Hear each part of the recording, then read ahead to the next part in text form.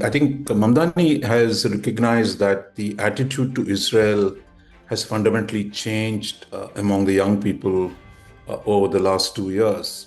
Because I think all these Gaza protests over the last 2 years have seen Israel lose a lot of the support. But I think Mamdani is tapping into the new generation that is willing to accept new positions. And I think that's what has changed. The left was really never dominated American politics. But there were times in the 1920s during the economic depression. There were parties, there were candidates like Eugene Debs who campaigned as actual socialists. Yeah. And there's been a long history of labor mobilization, labor unions in the United States. And in some states like Minnesota, there was actually socialist, social democratic parties. So for him, it's a more appropriate place. But I think here is the problem. I think whether he wins or not, what happens to the Democratic Party is the big question. I mean, I think today they are kind of like seething under Trump hegemony. If he gets elected and Trump is going to use him as a communist jihadist and blame the whole Democratic Party and then mobilize the middle America against the Democrats. Hi, everyone. Welcome to the Indian Express. This week, sir, you've written about Zohran Mamdani, who is most likely to become mayor of New York about a day from when we're talking, about 24 hours, we should know. One of the things that Mamdani, of course, because it's New York and there's so much attention in general, the New York election has an outset more than a mayoral election in terms of both impact domestically and how much it's talked about. But the other thing that's interesting about Mamdani is that he's also talking a language. He's not the typical candidate you'd think. Things like, even his opponent, Andrew Cuomo, who was a former governor of New York, things like his religion, things like his very staunch anti-Israel position, which he is distinguished from being, he's he's anti-Zionist, not anti-Semitic. He's spoken up against that, of course, but things that we would have thought a traditional politician in New York or even America as a whole would have as handicaps don't seem to stick to him. Why do you think that is? Look, I think Mamdani has recognized that the attitude to Israel has fundamentally changed among the young people over the last 2 years. Because I think all these Gaza protests over the last 2 years have seen Israel lose a lot of the support. Because as you rightly said, in New York in particular, it really, no mainstream Democratic politician would criticize Israel. And probably that's one reason why still a lot of Democrats are wary of Mamdani's candidature. But I think Mamdani is tapping into the new generation that is willing to accept new positions.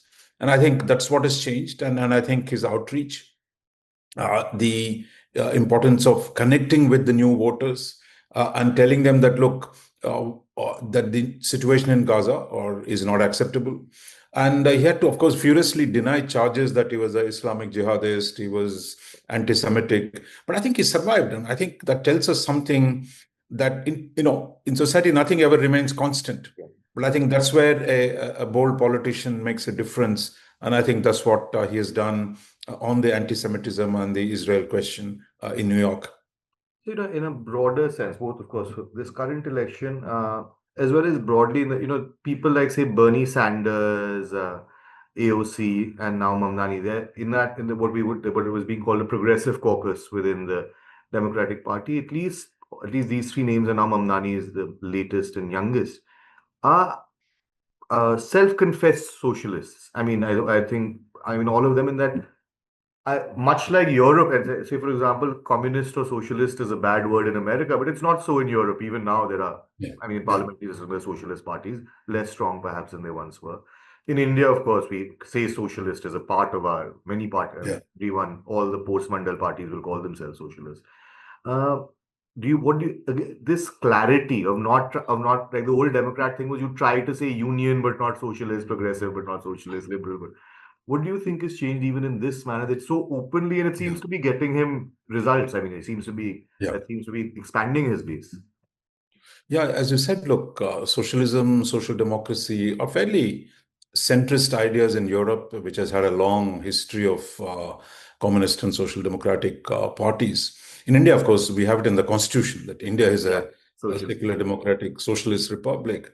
But I think in the US, the general sense that, look, socialism and America are antithetical, with its focus on individualism, individual enterprise, and opposition to statist policies.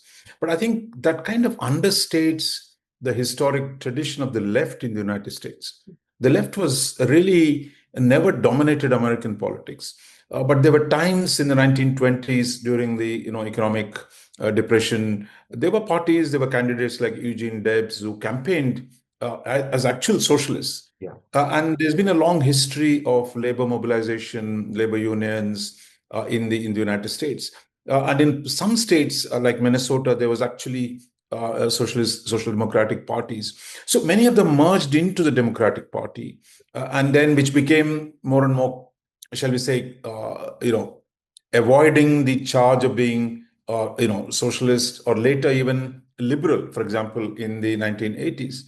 I think what's happened since the 2010s is the deepening economic inequities, the wealth creation for the top 1% of the population, and the general decline of the standard of living of the lower middle classes, I think has produced a conditions under which in the 2016 elections, you referred to Bernie Sanders. I mean, he almost came to winning the nomination from Hillary Clinton, essentially arguing on the socialist lines and demanding that economic inequality should be addressed. If you recall, Trump was doing much the same, though Trump never used the word socialism. He was actually mobilizing the discontented working class, white working class voters in the Midwest, arguing that globalization was bad for the working class. After all, that was the argument of the socialists, even and communists in India, that globalization was bad. So I think the 2010s produced a different conditions, and as we noted, column.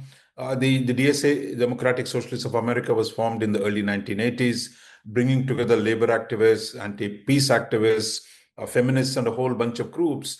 And they, I think, got a new wind behind the backs in the 2016 election. And since then, the calling yourself a socialist is no longer a taboo in the American politics. And that's what has changed.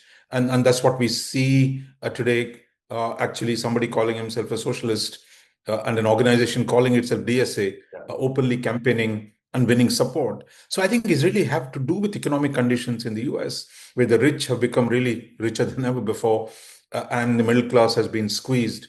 And I think that has produced a situation where left-wing politics and progressive politics has become acceptable.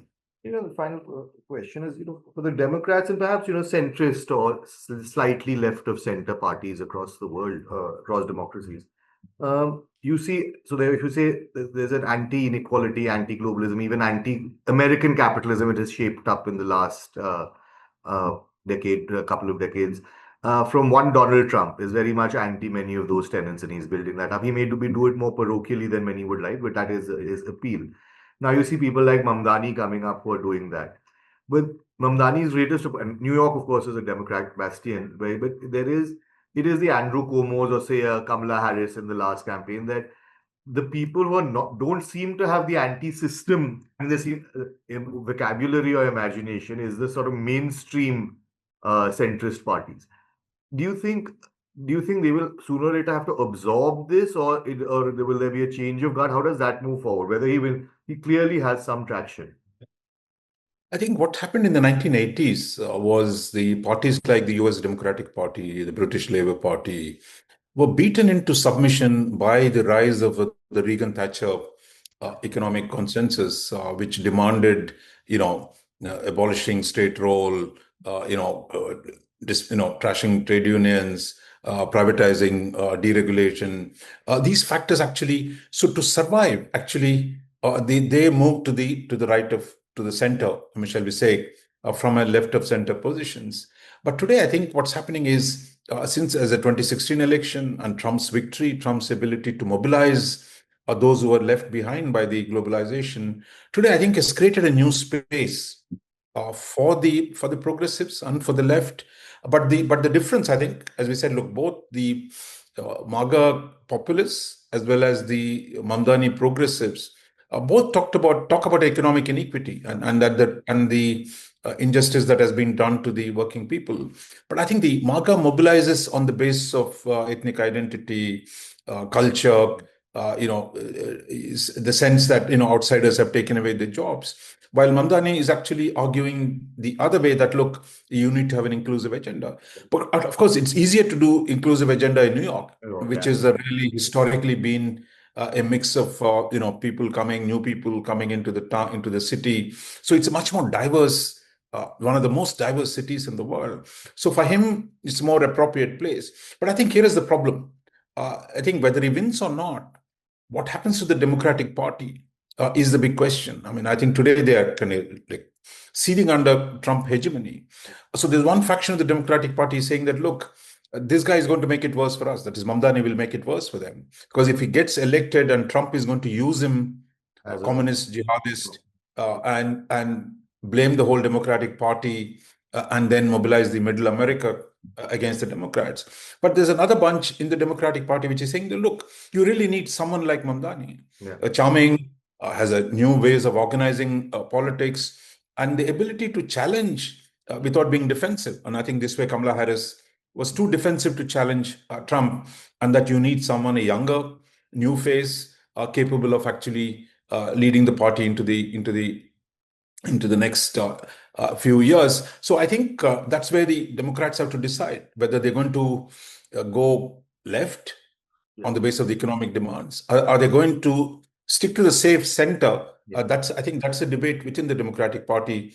And as we come to the midterm elections in 2026 and the next presidential election, that I think there will be a lot of churn in the Democratic Party. Right. And not just in the US, but there have been reports that a whole lot of European leftists have descended in New York to learn a bit from Mamdani. Yeah. So in Europe too, I think the centrist, the left of center parties are under pressure from the right-wing forces. So for them to, Mamdani's victory, I think, is going to open some interesting possibilities. So I think it's really, it's not just about the US, I think it's a turning point in the domestic politics of the West as a whole.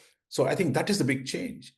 And finally, I would also want to add one important thing. I think in India, there's been so much debate about MAGA, racism, anti-immigration sentiment. But I think the fact that someone like Mamdani, who is a Muslim, South Asian, and Indian, can get elected tells you, for all the sins that are there in the US, it remains the most open society anywhere in the world, that it can actually allow someone like Mamdani to become the mayor of a city. And also the people forget the fact that Kamala Harris was the Democratic nominee. The fact that Barack Hussein Obama won the election in 2008. So I think it's easy to see one trend and think that's what America is. America is a large continental-sized country. There are multiple trends.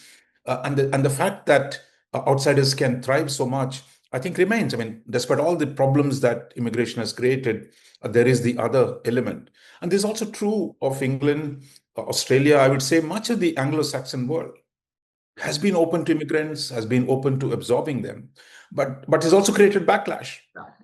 But I think that is the tension that we are seeing today in the US politics. So I think for us, it's important to have a balanced view of United States and not just see how many H-1B visas have we got this year, to seeing the larger politics that is happening in the United States and the West as a whole.